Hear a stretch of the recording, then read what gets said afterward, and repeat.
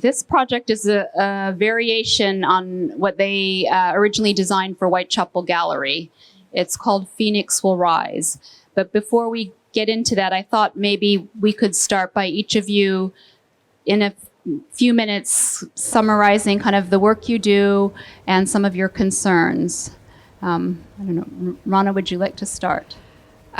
Well, my work's mostly about kind of light, color, and form, geometry.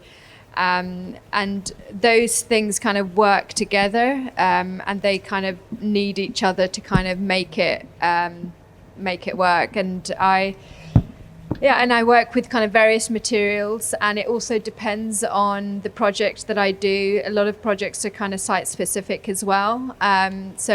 The scale of my work really varies. Yeah. And you show at the gallery just around the corner. Yes, actually just around the corner. So Third Line. I work with Third Line here in Dubai as well. And Marina. Well, I'm based in Bangladesh, so my works are mostly located in Bangladesh. So concerns are quite different, perhaps. From the very beginning of my practice, I have tried to to create an architecture which is more rooted to the place. So for that reason, it was always about the context, the place, and even the language of architecture is kind of derived from all that. What I would say that I share with Rana is the same affinity for geometry, light. So most of my projects have these two factors involved. But I'm okay and quite open to all kinds of materials depending on the place. So all my projects are very site specific and comes from a certain kind of research that's always inherent in it as a process. So one of the questions that I get, and I guess you guys have been getting today too, is how did you end up collaborating? As I mentioned, sometimes there was a architect or artist who had an idea of who they wanted to work with. When I started this dialogue with Marina, we were thinking about different options, and you came to London. And how, I can't exactly remember. Well, we were sitting in a cafe and... Right. Well, basically, it was your suggestion that why don't you work with Rana Begum? I didn't know Rana Begum at that point. So I Googled her immediately. And I saw her work. It's absolutely impressive, beautiful. And I immediately liked it. And I said, yeah, let's have a meeting with her. And if she's interested, I would love to work with her. So I was visiting London, and that's when we met at the cafe at the Whitechapel Gallery, and we talked. And then I had a small window. I was there for some reason, I don't know what. It was the V&A exhibition opening. So one day me and Rana, we sat in her studio, and we started immediately working on models and different things, and it was an immediate connect in a way, which I think till date works quite well. We never had a fight, so it was a good one. Yeah. I have to say that architects are generally used to collaborating with people. It's not always the case with artists. So maybe. What are you trying to say? So Ron, I'm just putting that out to you. Can you talk a little bit about the process of collaborating? Well, actually, I already knew about Marina's work, and in fact, I had visited the mosque in Dhaka when I discovered your work quite recently, and was very excited by how you work with the materials and light and geometry. And obviously, there's kind of this massive connection. And I think for me, I remember sitting in the mosque for ages and just kind of experiencing change within it, and how light kind of changed your light affected kind of the experience you had of the architecture. So I was really excited when you put us two together, and I thought, and I'm always kind of interested in ways of pushing my work and having a dialogue. And so when Marina came to the studio initially, it was really exciting because you were really hands-on, which isn't always the case with architects. And, so that was fun, actually working with materials and actually building kind of, blocks. And yeah, it was great. Yeah, actually, Marina's architecture, unlike some other architects, is quite handmade in many ways. I know you're installing something in Sharjah right now, and your team is literally building it, right? Yeah, so we are participating in the Sharjah Architecture Triennial, which is opening on the 9th. And it is a commissioned research that I was asked by Adrian Lahoud, the curator, to work on. And I think we worked on this almost the entire year, this year, and I came up with some quite interesting, information, phenomena, realizations as well while doing this. And so you'll see we've come up with an installation which is now in the Casimir School. The way the installation that we're doing, it needed a hands-on approach. So I had to bring in my office colleagues, 3 of them are here. And so basically we all came together and built it on site. So when you go there, you'll be able to see it. I think this is quite an interesting departure. If you look at architecture maybe 10 years ago even, everything was designed digitally, and architects probably didn't handle materials very often. There's been a big shift. Do you see that, and how do you, account for this shift? Yeah, I think there is the entire architecture profession is going through a big shift. That's what I feel. And if you see, at least in the last 2 decades, architecture was practiced quite differently. Architects were much more desk-bound in a way, never really held a material in their hands. From that, it is a big departure when you see, especially younger generation, they're much more hands-on, they're on-site, they're seeking out different kind of projects which are not just service rendering profession, but also looking into different aspects where you can actually contribute meaningfully and, creating a much more responsible way of practicing. So, which I find really fascinating. And in a way, that's also is a reflection what we have done here, what we are calling Phoenix Will Rise, because there's always hope. You can never lose it. Some of the elements of the design evoke your architecture. Particularly, you often introduce light and airflow into your buildings. And while this isn't a permanent building, you've also chosen to do that here. Can you talk a little bit about how light and air both affects other things you've done, but then how it's translated here? Well, as I mentioned, that I live and practice in Bangladesh, and it's a hot, humid country. And quite often architecture for us, and especially in my case, I do not like my buildings to be ventilated, to be just, be dependent on artificial ventilation or artificial light. It needs to operate on its own. That's otherwise, to me, that's not architecture. A few days ago, I was talking at Columbia University. It was an invitation from Kenneth Frampton, who is almost like a god in architecture. So there I was talking about the same thing, and I in a way, to me, I think I can repeat that to me it's almost like putting a building on a life support if you just have a building which is constantly using air conditioning and light. So daylight and natural ventilation is absolutely very important to me, and that's the reason why you see all the buildings that we build, that's the first thing that comes as priority, that the building needs to ventilate. It needs to work on its own. To me, it's almost like a being. So this here as well, that's a similar thing. But at the end, what I like is that you don't see anything from outside. It's much more, it looks like a closed environment.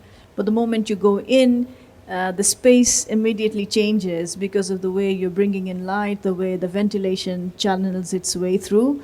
that it creates an atmosphere of its own. It's not just a solid box, but has an atmosphere. So I like that creation of that atmosphere, which is kind of negating what's surrounding you, but giving you a certain space within it. I think when you walk into this courtyard, having this kind of box-like structure is not unexpected. The vocabulary is, quite consistent with what you see around the gray, the materiality, the kind of concrete feel of it. But when you walk inside, the feel of the light and especially the color is very striking. Rana, can you say a little bit about your approach to introducing color into this environment? Well, we wanted something that kind of allowed to kind of really use the light, and so created a surface that kind of picked up light and allowed change to happen in there as well. And color kind of slowly kind of crept into it because of the way, highlighting this kind of the certain kind of facets on the surface. So that kind of oculus is kind of created using a kind of folded foil that's kind of unfolded and crunched up to create that kind of more organic geometry. And we wanted, obviously, in the space, kind of this connection with, I guess, in a way, kind of nature and kind of landscape. And so this surface where you're not quite sure whether it is landscape or whether it's kind of something kind of just seems kind of otherworldly as well, that takes you kind of away and makes you kind of think about, I guess, the future a little bit, yeah. How do you imagine people, visitors here, to use the space? For me, Or how would you like them to use the space? The way we thought about it, it is about hope. It's about Phoenix will rise, as we mentioned. The idea was to create a space which is meditative, kind of contemplative space. You enter, and there's a certain atmosphere which is created by the light and the shade and the shadow. Also the breeze that's flowing through, and there is this beautiful oculus, and the moment you enter you immediately look up. So when we look up, it's almost a gesture of hope. And our idea was that it would be a meditative space, a space where it would provide you a place where you can have a reflection, like a self-reflection. So it's great kind of location as well, because people are kind of either walking through the space or kind of going somewhere, and it's a moment to kind of pause and think, and or either kind of come together and but yeah, it's. It also functions in some way as a sundial. Did you anticipate this as a kind of outcome of the piece, or? I think I did, yeah. Okay. Yeah, when you have an oculus, it is obviously bringing in light and a kind of a shade and a shadow, and the sun moves, so you would definitely get that. Yeah, the same thing happens with the mosque. So yeah, it's similar. The design here, there's some kind of continuity with the design you made at Whitechapel, but also very different. That was an indoor space in a quite much more kind of constricted physically. So you wouldn't have had this kind of distance view. You approached the work quite quickly. And in fact, you had to sort of discover the entry, because at first it seemed like more sculptural, like not a open structure. You'd have to go kind of down the side to enter. Can you talk a little bit about how you feel it's different here and how you approached a more open outdoor space?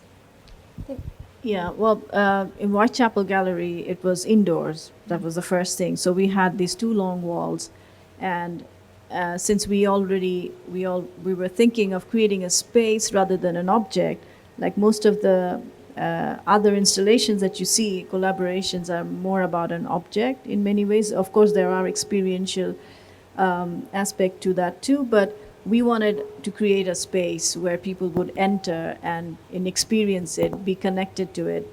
So for that reason, we had to create that atmosphere. So what we had there was we already had two walls. We had to basically create two other walls. That's what we did, and a ceiling, and then that oculus. And the way it was that we have to probably narrowly enter from the side and then discover it. Here it would not work because we were given a courtyard, and people can come from any sides. And that's why we had to create that four walls. So that's why it's a bit different from what we had in Whitechapel Gallery. We needed to create that intrigue that would draw people into the space to be able to go and discover this beautiful oculus that Rana has created. But we also talked about when it was finished and it was up at Whitechapel. I remember kind of walking around with you thinking, actually, this would be really interesting to see it outdoors and see how it kind of the space is affected by natural light. Even though we were kind of upstairs, it had some natural light, you couldn't really get the full impact of what the light could really do with the form and the oculus as well. Yeah, absolutely, that's absolutely right. I mean, here what you do is when you look up, you see a beautiful sky up there. Whereas in the Whitechapel Gallery, we tried to bring in natural light through the skylight, but even then you could feel that you're indoors. So I think having this experience of having it outdoors completely changes the atmosphere. Yes. Yeah, and in a public gallery, you have to have the things you said, also like air conditioning or heat. In this case, I guess it was February, so yeah, it doesn't replicate the same kind of natural conditions. Rana has also worked a lot on public art commissions, so you're quite used to collaborating with fabricators and other people. Can you say something about the process of working with other people? Because usually the artist studio, you think of the artist as kind of working in a solitary garret-like environment where they don't see other people all day, but you're quite used to working with a lot of different people. Yeah, I really enjoy collaborating, and I really enjoy being kind of open to things happening in my work, and especially when you have an opportunity to kind of open your work up to either kind of criticism or a dialogue. I think it's really important. I mean, I do enjoy the isolation, but I think I'd say I enjoy the kind of collaborative process more. And even the team that I have in the studio as well, it doesn't mean that I'm kind of left alone to work. And I am kind of my attention kind of goes from one thing to the other, and there are kind of various projects that I work with. And I think I've learned quite a lot from over the years, and it's probably why it's kind of made it a little bit easier when we were working together. And yeah. How do you think this project resonates in Dubai, both kind of physically but also culturally?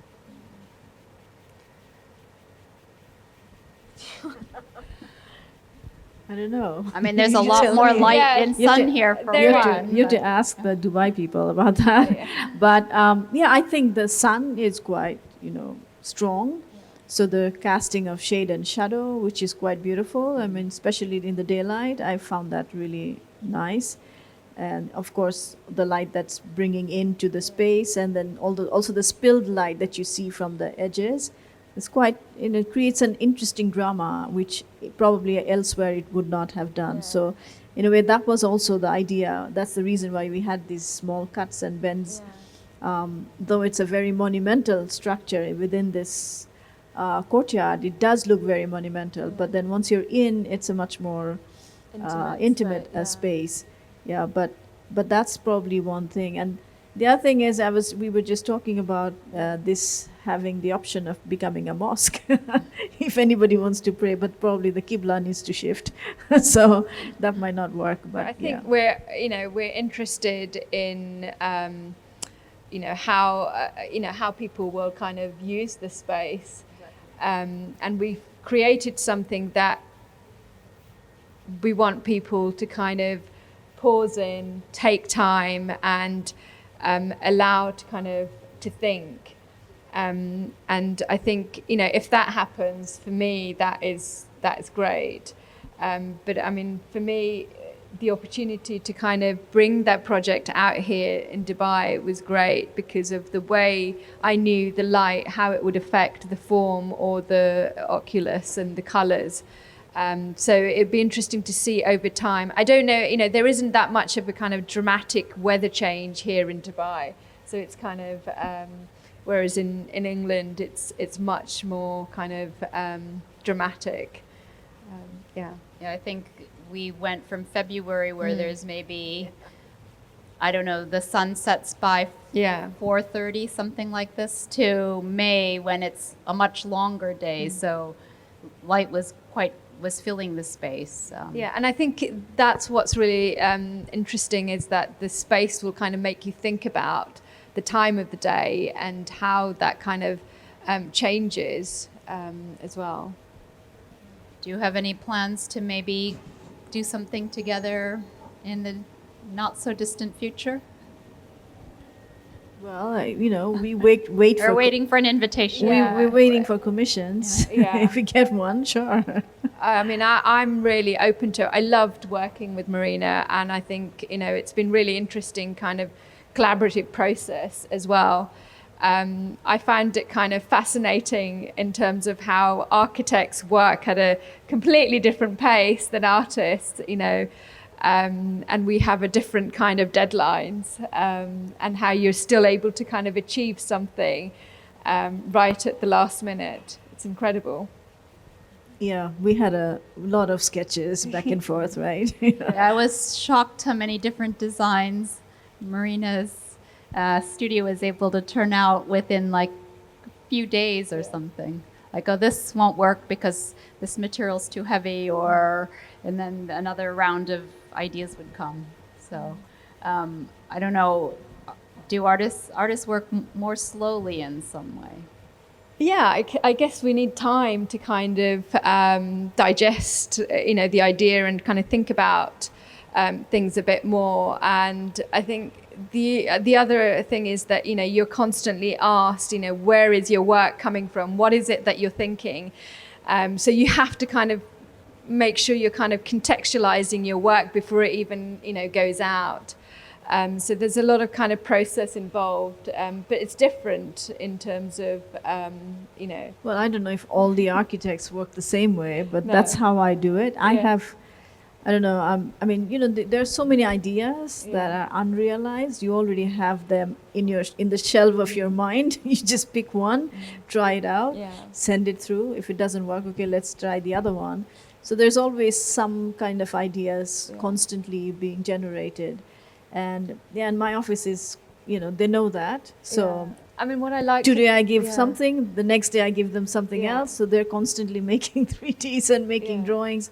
Yeah, so they're quite used to it until and unless I'm kind of finally, okay, this is it. It's like I do a lot of different kind of tries before I finalize. So they're used to it. Yeah.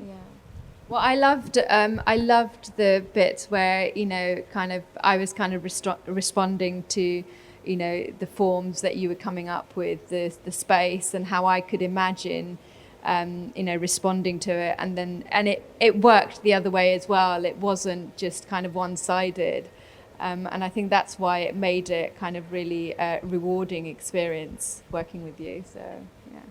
Thank you, Lydia. Welcome. But we also have to say thank you to our colleague, Chris Aldgate, who helped realize the project at the Whitechapel and also came out here for the installation. But also Whitewall, the fabricator, proposed both solutions, but also maybe not always solutions, or the opposite. Why don't we take some questions if there are any?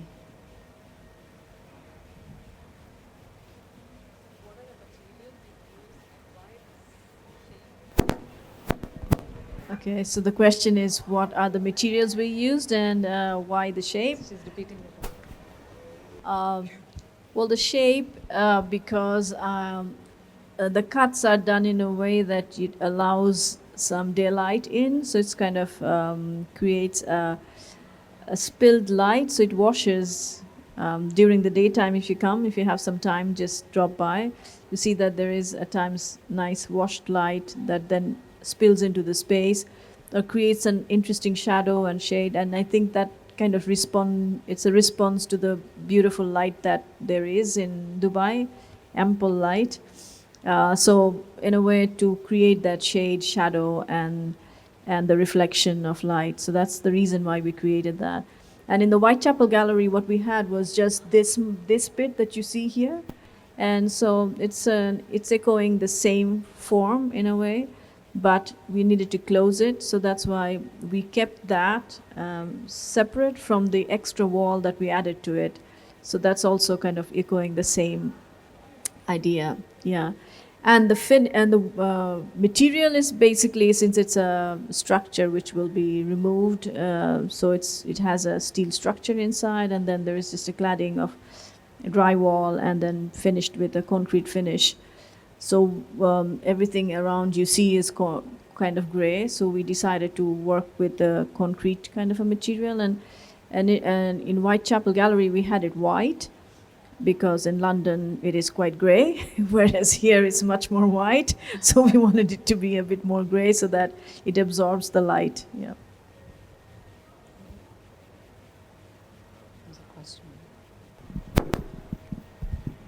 You spoke a lot about the space, how the space operates during the day, and I just want to know, what were your considerations for the space at night? That was actually quite tough, because obviously, we're both kind of drawn to the natural light more than the artificial light. And that was interesting because it changed dramatically at night. And so when I was here the first few nights, it was really difficult to kind of find a way to accept the artificial light coming into it. There wasn't enough light from the surrounding space to kind of work. So we had to kind of come to a compromise to create an experience in there rather than, yeah. Yeah, I think when I came here for the site visit, I thought this light outside would be enough to sort of lit up the space and the building. But since I wasn't here, you were here, and you probably talked more about that it's not so nice inside in the night. Well, the experience is very different. It was the yeah. complete opposite to Yeah. what we had kind of spoken during about. the daytime. Yeah. And that was really interesting, actually. And it's, I mean, even though we were both kind of aware of what will happen at night, somehow we needed to kind of experience it to react to it and to do something about it. And Yeah, I mean, if I knew about that, I probably would have done something about the lighting itself, the artificial lighting. Now what you see is a bit of a compromise that we had to settle for. But otherwise, we probably would have done something about like a different channel of light. then it would become something else. Yeah, that's true. Yeah. I quite like the idea that you've got this element that is quite separate from the form. Yeah. Yeah. I'm not good with artificial light.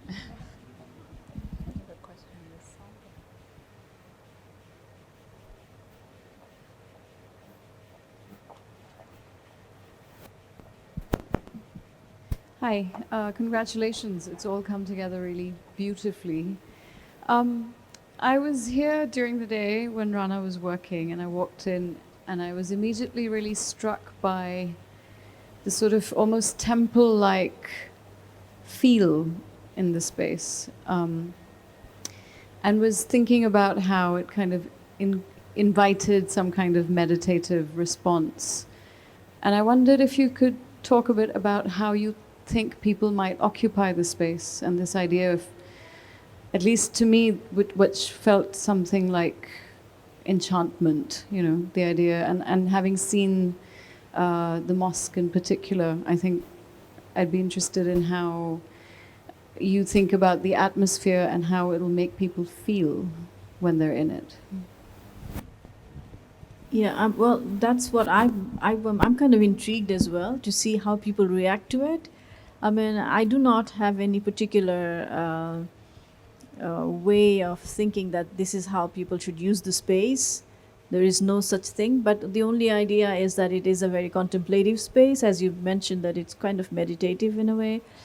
Idea of self-reflection, you're working crazy hard all through the day, you come in, just, sort of a refuge where you just sit there, just have a little moment to yourself. The space is something that it connects with you, and so I think that's important, that you have a connection with the space that creates an atmosphere. So it could be any way you use. I mean, I would like to have like a video, like a CCTV camera, and watch how people use it. That would be quite should do intriguing. that. We should do that, right? Yeah. See how, but people will be I very I definitely conscious don't about it. imagine anyone having a party in there. I can't imagine that kind of reaction from the viewer that are walking through. But there were photo shoots, I can tell you. We saw that. Yeah, there's a lot of selfies and fashion shoots. Yeah, fashion. Yeah, we were told to wait. We're here. Hello, good evening, everyone. Many congratulations. I think it's a fantastic achievement. And I would like to comment on what I felt, if you'd like to hear my experience. So, we're all busy. It's the season, and personally for me, I was running in one space and concrete. And this modern sort of megalithic structure for me is, when I step inside, it was like a bubble, and if I can take a take on it, being in Dubai, I think Dubai can also be so brutal and so fast-paced, in your face, and being inside, it was a moment of calm, and it was my own little escape where I could calm my racing thoughts. So thank you so much for giving me the experience right here, right in Dubai. Thank you. That was the idea, actually, that you come in and, it's like a refuge. You sit there for a moment. Yeah. That's okay too. We'd be happy with that, being a permanent space. We can have a few in different locations. Anyone else? Okay. Can we all raise our hands and thank Rana and Marina, and also thank the amazing team at Alserkal for helping us bring this project here. Thank you. And also a clap for Lydia for bringing it together.